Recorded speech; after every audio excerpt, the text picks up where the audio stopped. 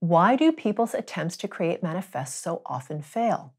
Creation manifestation is one of the most popular topics, from regular 3D self-help and personal development modalities, all the way to the most out there spiritual stuff. But despite all the attention given to it, so often people feel like their attempts to manifest are unsuccessful. Most people have heard about the secret and the old school way to create manifest. But why does that method often not work? Today, we're going to explore what trips people up with creation manifestation, and we'll discuss a whole new level of creation manifestation that is just starting to come in as we access the higher frequencies of the new consciousness.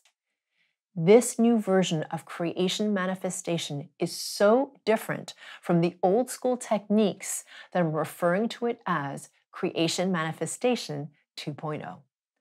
And after the discussion, we get to the most important part of this episode. The group frequency calibration at the end is where the frequency work happens and where change actually occurs. So be sure to listen to that. Without releasing distortion patterns targeted by the GFC, the change you want will be more difficult to attain because you haven't addressed the root of the issue. I'm Karen Cheong, founder of Spherical Luminosity, and I'm here with my co-host Tia. Today we're discussing Creation Manifestation 2.0. So let's dive right in. So with this topic called 2.0, Creation Manifestation, what is the first Creation Manifestation? Yeah, what's Creation Manifestation 1.0? 1.0, yeah. So Creation Manifestation 1.0. Okay, so I love creation manifestation. I love this topic. I think it's really fun. So I might, go on different tangents. However, creation manifestation 1.0 is sort of what we were taught in the 90s, like this idea of the secret that came in, that we can co-create our reality. That was really, the secret was really huge in propagating that idea, that we actually could change our realities in some way, that we were co-creating. Mm-hmm. That was the big light bulb moment. Now, the bigger question was, well, if you do the things that they tell you to do, which is, you imagine yourself having done it, and you feel the emotions of it, etc. Mm-hmm. For some people it worked, but for many, many, many people, even if they did that, it didn't work. Mm-hmm. Like, why did it fail? Mm-hmm. So Creation Manifestation 1.0 is the creation manifestation that is outlined like kind of by The Secret and other experts on creation manifestation that's of this particular consciousness level. And we'll talk about 2.0 in a minute. The challenge with creating manifesting in this like 1.0 way is that you have distortion patterns, and they will influence everything, including what you create. So for example, if you have issues with money and you're trying to create money, right? Because you want to have abundance and you don't have it. So here you are creating, manifesting all this money, yet you have distortion patterns of scarcity running through you from your lineage. You don't feel worthy of having the money, which is another distortion pattern. You have the foundational distortion pattern of spirit debt, whatever. You have all this stuff, right, in terms of distortion patterns. That is going to hijack whatever it is you create manifest. It doesn't matter. It's going to influence it negatively because remember that frequency governs form. Frequencies are the things that exist at a higher level resonating order. They create form. So if you don't shift at the frequency level and you have distortion patterns running, it doesn't matter what you try to put into form. They will be governed by the higher level order of the frequencies or the distortions in this particular case. Okay? That's interesting. Yeah.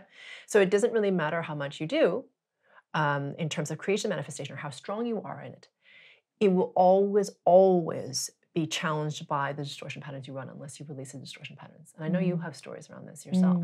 Yeah, actually the first one that popped in my head was how my whole life I've been really good at manifesting jobs. Yeah, so I started working when I was 12 because I loved, because I just wanted to work. Okay. And it was a candy store. So even better. I loved this candy store and I wanted to work there so bad. It was an old lady running it. She didn't really need any help, but she thought it was cute, I think. And it was funny because I would end up just giving her my paycheck because I would buy candy with my entire paycheck. But anyway, so that kind of started like, I would like, ooh, I want to work there. Boom. I want to work there. Boom. And like, even when places like weren't hiring, it was like, weird situations, but I would get in because I just was doing it without even knowing I was doing it. Yeah, like, meaning creating manifesting. Yeah, I knew I wanted it. I already felt it. It was like, already done. No, it's already done. Yeah. And so when I moved to Hawaii 3 years ago, I had a different job, but I went to pick up a client. I worked at a rehab, so I went to pick up a client for the rehab at the Four Seasons. And I was like, wow, I want to work here. This is nice. Yeah, I was like, this feels good. And I was like, oh, it's done. Yeah, it's done. So I called them, are you hiring? Actually, we are hiring. And I had to give her a treatment, the spa director or whatever. And I find out later that it was actually really hard to get a job there. Like a mutual acupuncturist we know who also worked there, she said she had to be at the front desk for like a year before they'd even consider, so it was like, wow, that's really interesting. So what happened? So after you gave the spa director your treatment, yeah, and they just hired you? Yeah, they're like, it was so easy and flowing. So you just called? I said, I want to work here. They're like, okay, come in, give us a treatment. We'll talk. And then it was like done. Wow. Yeah. So and the other woman had to work for a year. Yeah. At the front desk. I know. So that's like a small example of just I think, I'm sure you'll get into this, but part of at least the 1.0 way was like, okay, feeling you've already done it and then letting it go. Yeah. So that letting go part I know is a big piece. Yeah, huge. And I think I didn't have distortion patterns for jobs. Because clearly I've been doing it for a while. So that was like a quick one for you as well. Yeah. Yeah. And then when did you find that you found the challenge with your distortion patterns? Oh, like in what topic of creation manifestation? So like you could create manifest jobs really easily because you didn't have that much distortion around it. So it's easier for you. So dating, easy. Yeah. Oh, where was the challenge? Where was the challenge? Money. Okay. So that's your challenge. Yeah, and not that money, I think holding on to money. Yeah, and as we've talked about, that can also be a lineage thing. Yeah, totally. Running through family and all these other things. So, I might be doing all the right things, but then somehow it just doesn't work. It disappears. Yeah, so we all have, good point, we all have different areas where it's harder. Yeah. And where we're the most challenged, it tends to be the place where we want to create manifest the most. Yep, like a home. That's another one for me. I just want a home. And we were always moving as a kid. Wow. I've never really had a home. Huh. To this day. And that's like the one thing I want more than anything. So yeah. And I have clients who it's the same for them with a romantic partner. That's all they want more than anything. And that's the one thing that just fails miserably. Yeah. And for me, I was like, man, whatever. And now I have the best partner. Yeah, because you weren't charged on it. So you didn't have distortion. So Tia brings up a good point because we don't all have the same distortion patterns in common. What we have distortion patterns around is specific to us, our lineages, like whatever challenges we have in our lives, whatever it is, our religious conditioning, our cultural conditioning, all that stuff is different for all of us. So what you have like total ease with in terms of creating manifesting may be something I'm really challenged with and vice versa. Yeah. So the thing is that until you release the distortion patterns, it's really, really difficult to create manifest. And you said two things that were really important. So in creating manifesting, the surrender piece is really, really important. Even in the 2.0? Yeah. No, and we're still talking 1.0. Okay. So 1.0, a lot of people miss this piece. And if you aren't surrendered to the unfolding of what is and also neutral, meaning not attached to what it is you create, it can be very difficult to bring things into form, especially because we really want them, right? Yeah, we're attached to this way of it coming. Yes. So it's like, okay, I want inner peace. Yeah. That's general enough to however it comes and whenever, that's fine. That would be a good surrender example. Yeah. So I don't need to know what it looks like. Right. Or even if I have an experience of abundance, it doesn't necessarily have to, like if you're trying to create abundance, for example, a lot of people have like a list of what it needs to look like. It needs to be like this car, this house, this whatever. However, if you can surrender your attachment to those things and create, oddly, those things can come in without you, if you let go of them enough. Does that make sense? If you bind onto your attachment of what it looks like, it can be very challenging to create it in form. You have to be in a state of surrender and neutrality in order for things to create manifest. At least that's my experience of it. Yeah. So those two states are important. The distortion patterns will create states where you're very attached, which makes it challenging, yes? And then you, like I said, have all these distortion patterns that prevent you from creating manifesting. So until you address those distortion patterns, creating manifesting can be a challenge. So it's not like people think like, am I doing something wrong? I'm like, you're not doing anything wrong. It's what you're running, the distortion patterns that are running through you that are clouding what it is you create. And you can create in the way that they describe. There's a lot of people who are different experts at creating manifesting, and you can do it that way. It just, often will take a lot of effort, a lot of will, and it's sometimes not clear or long lasting, meaning the changes may not be for very long. Make sense? Yeah. Like you revert back to whatever the thing is. Why? Because the distortion patterns are still running. The distortion patterns are still running in the field at the frequency level. Remember, frequency governs form. So if you don't sort or release those distortion patterns, they're always going to create that same thing. Right? So that's why it'll be for like a period of time that you have this thing that you've created, but then, geez, here's the distortion patterns, and now your reality is going to like just, you know what I mean? Right. Conform to the distortion patterns because it's of a higher level order. It creates form. So that's why you have to release the distortion patterns in order to create clearly, and also for it to not take as much will and for it to stay for longer, if that makes sense. Yeah. So that's creation manifestation 1.0. To answer your question. All right. So in order to get to creation manifestation 2.0, which is really super exciting, you still need to be able to access it, you have to clear enough distortion. Okay. So it's not like distortions or releasing distortions becomes less important. In order to get to 2.0, you have to release enough to get here. To even, touch it. Yeah. To even touch it. So what's cool about creation manifestation 2.0 is, this is awesome. This is starting to happen for a number of us. And as you rise in your frequency resonance, it can happen more and more for you. It literally, before the thought crystallizes in your mind of what it is that you want, it appears. Okay? Now, you can have an intention for something. Like you can be like, oh, I'd really love to have this. And then you kind of like drop it. And it can come in really fast. Or sometimes you don't even necessarily know that you want the thing. Wow. And it will literally show up. It's like 10 steps ahead of you. It's ahead of you. Wow. Yeah. And it's amazing. So for example, there's a member of the Spherical Luminosity community who loves to write, and she did it sort of like as a kind of hobby. And we actually did a couple of individual sessions on her writing and being in flow and et cetera, and her beliefs around it, et cetera. And that was at the beginning of our journey together. And she was very focused on releasing a bunch of distortion patterns. So like naturally the tangent that we take in terms of the work is not linear. It just kind of takes off in whatever direction it does.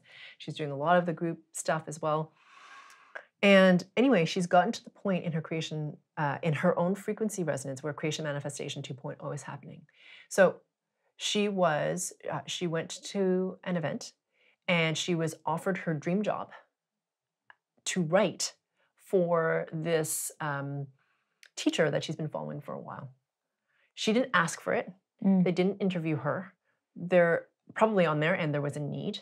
But do you see what I'm saying? She didn't apply. There's no formal interview process. There was nothing. No, like, there's I'm nothing manifesting this job with this person. No, it's just like, hey, we have this need. You've mentioned, because I think she mentioned that she liked writing or something, casually in a conversation, but not really expecting. Yeah. And then all of a sudden, boom, here comes this opportunity. Right? She didn't, that's what I'm saying. She did not ask for it. Exactly. It wasn't like in her, like you said, like I need to manifest this thing with this person, with this salary. No, just came in. Wow. And so that's what's happening now where when we get to, and this is what I mean by the new consciousness frequencies, when we start to integrate them, the time lapse between what you like create, if it even crystallizes in your mind, okay, and what comes into form is much less because the resonance of time is higher. Remember we did this whole thing about the new frequency resonance of time, right?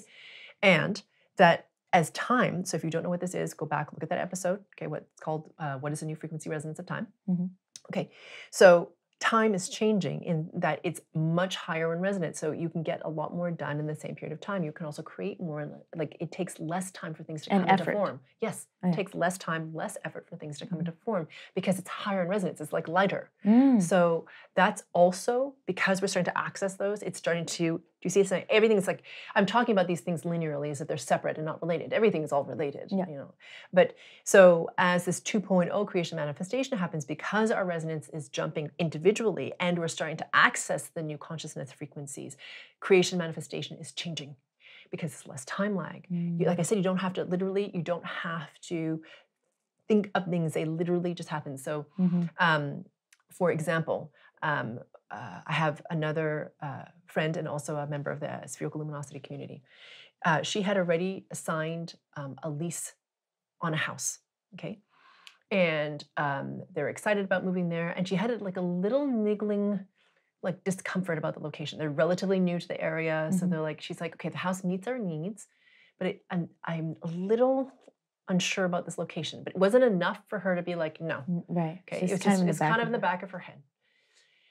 And she started thinking to herself, well, maybe this is not right.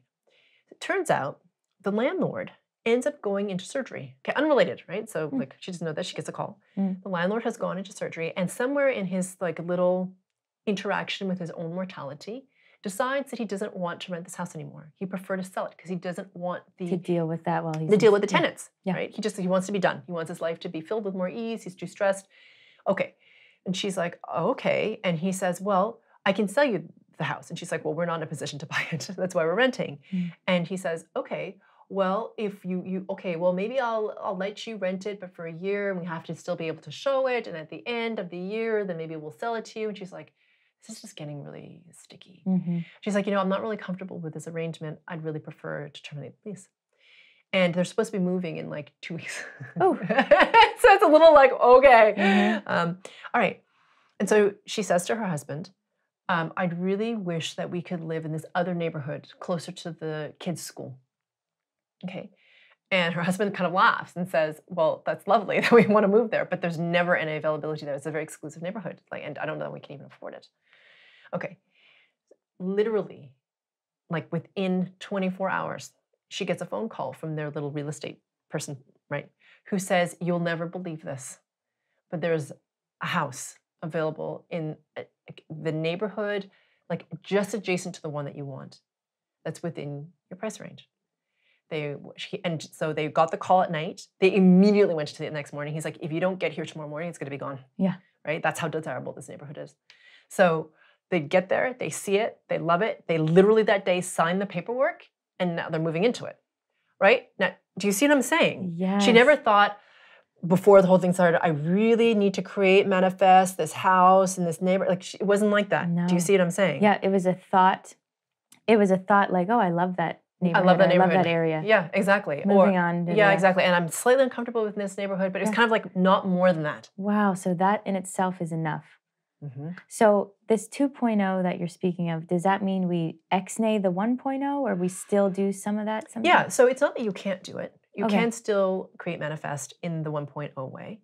And that will come into form faster. And what I will say is, as you clear more of your distortions, to be able to create manifest in the 2.0 stuff, you'll reach a higher level of neutrality or less attachment to what it is that you want to create. Anyway, to be able to access 2.0, you have to release enough of your distortions that you enter more of a neutral state where you're not as attached, right, to what it is that you think that it is that you want. Yes. You're at higher resonating order. You're not as attached. Yeah. Also, you're in more surrender because you've released enough of your distortion patterns that you can That's be in a natural yeah, it's a natural consequence. Okay. Yes, exactly. That level, to be in 2.0, you have to be resonating at a certain level. Yes. But to get there, you have to release all this other stuff, which allows you to get there. Okay. So, but it's like magic, honestly, because you're just like, what is going on? Like, how is this happening? Yeah, and what I'm thinking is that people can kind of start to speckle in and out between the two, right? Yes. Just like the resonance of time. Yes. Because even just for me, a couple weeks ago, I literally just had a thought that I want to be in Washington for the autumn. Yeah. It's like my favorite thing, and see family and whatever. And that was it. It was a thought. Yeah. And then all of a sudden it happened. Yeah. Like all the pieces moved for it to work out. And it kind of happened magically. It's not like you just bought a plane ticket. No, it was very magical, actually. In first class and everything. It was good. Oh, wow. Yeah. Can you talk a little bit about what happened? Yeah. So I think the main key word here is ease and flow. Okay. So I had just put it out as a thought, even forgot that I thought that, carried on with my day. My mom brought it up, like, why don't you come? Because my aunt was supposed to come, and then she had to cancel. The Airbnb was already bought. The car was already ready. You mean for where? Oh, for me to travel to Washington. Okay, got it. For the autumn time to experience that, because we don't have autumn here. Yeah. And so she brought it up, and I was like, oh, no, I work and stuff. I can't do that. I looked at my actual schedule, and I was like, oh, this is actually pretty easy to move around. Yeah. And sometimes it's not. Like, I have clients who can only come on certain days, or they're out of town. So the ease that I'm speaking of, it was like I called people, oh, actually, that worked better for them to move it to the other day. Yeah. And so I freed up the space.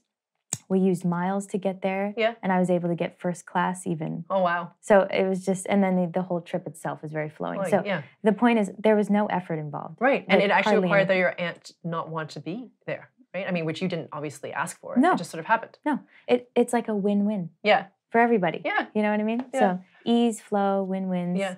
and no effort. Yeah. That's awesome. Yeah. And it just sort of like happens magically. Yeah. Yeah. Magic. Totally. So that's what I mean by creation manifestation 2.0. It's like a thought or a little, like, as you say, it's like a flickering thought. It's not like you like sat there for days on end thinking like, I really need Meditating. to, and get me to this place because I really Right. want to experience that. It was more like that. It'd be nice. So the only way, are you saying the only way really is to release distortion? So to be able to get into creation manifestation 2.0, it does require a certain level of frequency resonance because it means that you're accessing the higher level order of the new consciousness, the new time, which allows you to have things come into form faster. Right.